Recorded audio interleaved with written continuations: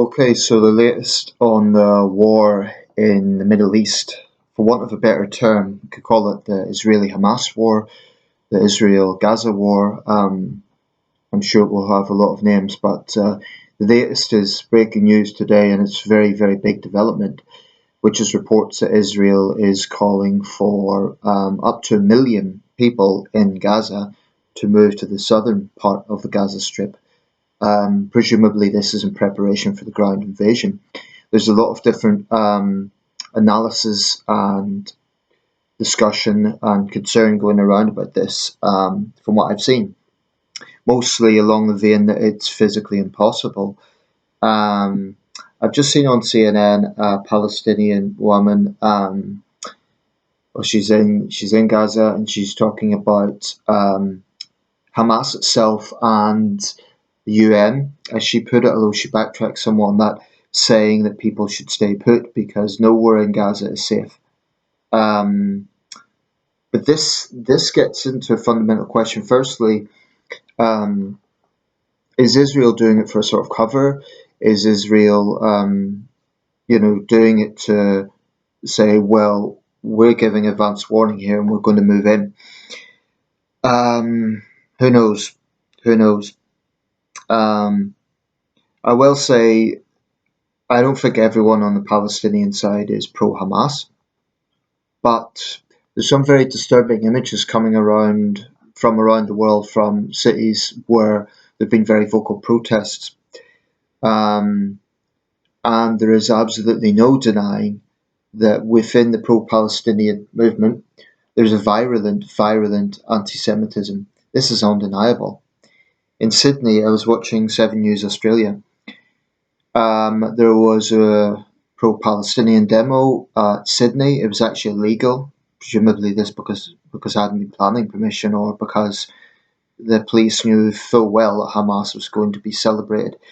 But sickeningly, this mob was chanting, and I quote, "Gas the Jews," in front of the Sydney Harbour. In front of the Sydney Opera House.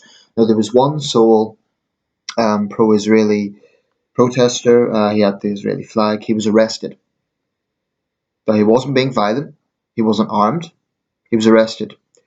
New South Wales police then claimed it was for his own safety. For his own safety. Now, there are a lot of bad things that happen in this world. You could look at the persecution of the Uyghurs in China, the concentration camps there. You could look at Russia's brutal invasion of Ukraine. You could look at the way the Iranian regime treats its own people. All horrible situations. And what's going on in Gaza is horrible. But there seems to be among the European Western left and the Islamist partners an obsession of focus on Israel. This is not to say what's happening in Gaza isn't important. It's very important. And I think if Israel is engaging in a policy of collective punishment, that is abhorrent. And it's sheer wrong. And yes, it's a war crime if they are deliberately targeting civilian areas with no efforts to get them out. Now, I mentioned earlier former Prime Minister Naftali Bennett lost his temper with a reporter on Sky News. And he was saying, how dare you ask us to take humanitarian measures? Well, I know emotions are running high, but Israel does have responsibility as a nation state. After America suffered 9/11, it had responsibilities.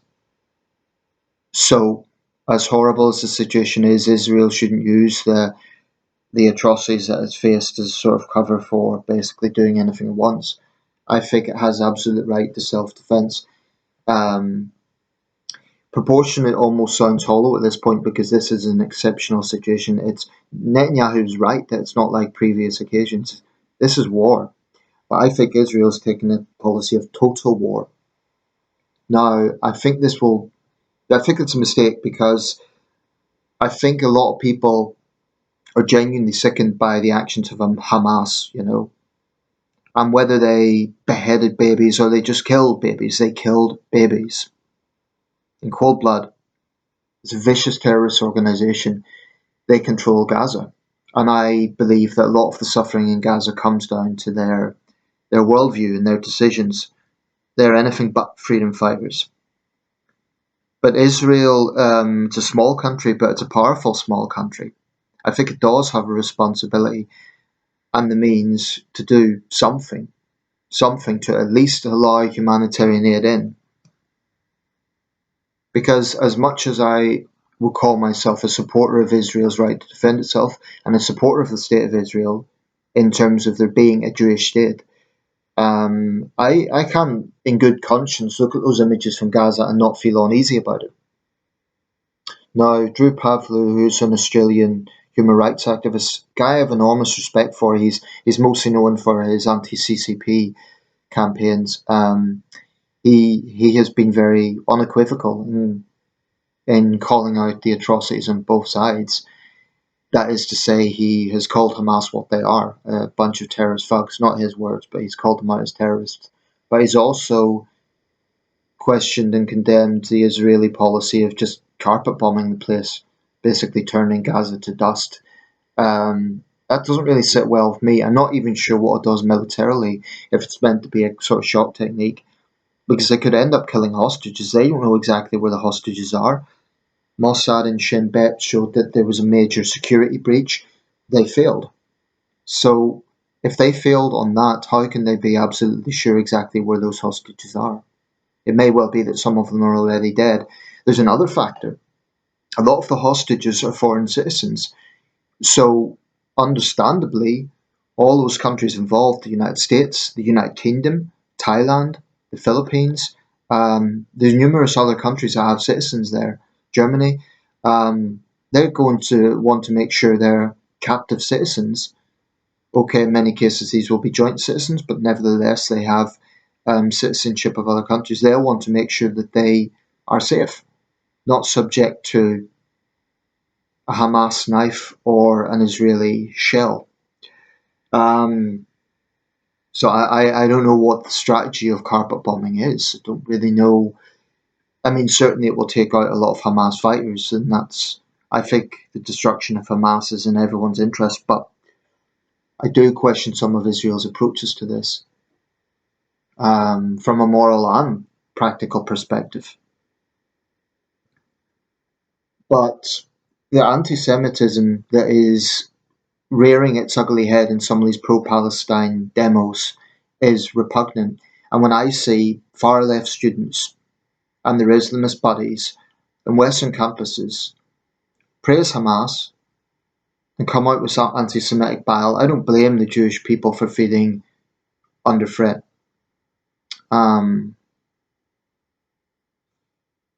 It's a very, very grim situation. But there is one thing to conclude with, I think Israel does some things that are highly morally questionable. And I think some of those things it should face criticism for. But there remains a fundamental fact, which is that Israel is the only Jewish state in the world. It's unique in having its very existence constantly threatened. And I heard one commentator from Gaza saying up to now the Israelis had a normal life. That isn't true, because people in those border towns, Israel's a lot more developed in the Palestinian territories, true, but they live under constant threat of rocket fire. Young Israelis know that one day they'll have to serve in the armed forces. So this idea that Israel's a haven of safety is rubbish. The only reason we don't usually see mass Israeli casualties is solely because of the Iron Dome. If it wasn't for that, I think we'd be seeing atrocities like the one that happened on the 7th of October all the time. That's the sole reason that there isn't the same level of Israeli casualties as Palestinians, and Hamas hides behind civilians. The tunnels that they build, that's for them. They don't let civilians go down there. It's a horrible situation. Egypt. Why hasn't Egypt opened up the blockade on the south to the south part of Gaza? So much for the Islamic Ummah, Why hasn't Egypt opened that up? As I understand it, they have control of the southern blockade.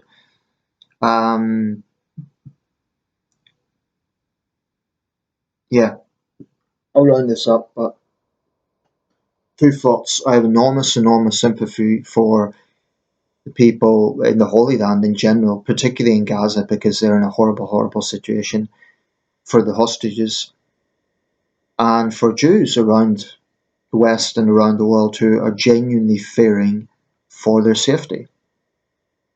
Because there's a toxic worldview that I think has crept its way into the pro-Palestine movement, that is just virulent hatred of Jews. I mean, it's blaming all Jews for the policies of Israel or the Netanyahu government. And they did not have the same mentality. It wasn't like they blamed all Russians for the invasion of Ukraine or all Chinese for the COVID cover-up or the persecution of Uyghurs. There is an obsessive hatred of Israel. It's irrefutable. Right. I'll leave it there.